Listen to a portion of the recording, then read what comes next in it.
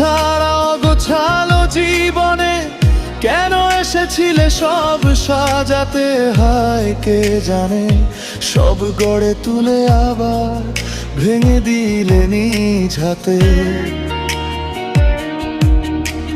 রেখে গেলে আমাকে একা বিস্মৃতির অবগাহনে, নামহীন কষ্ট জমে থাকে প্রতিটি নীরব সন্ধ্যায়।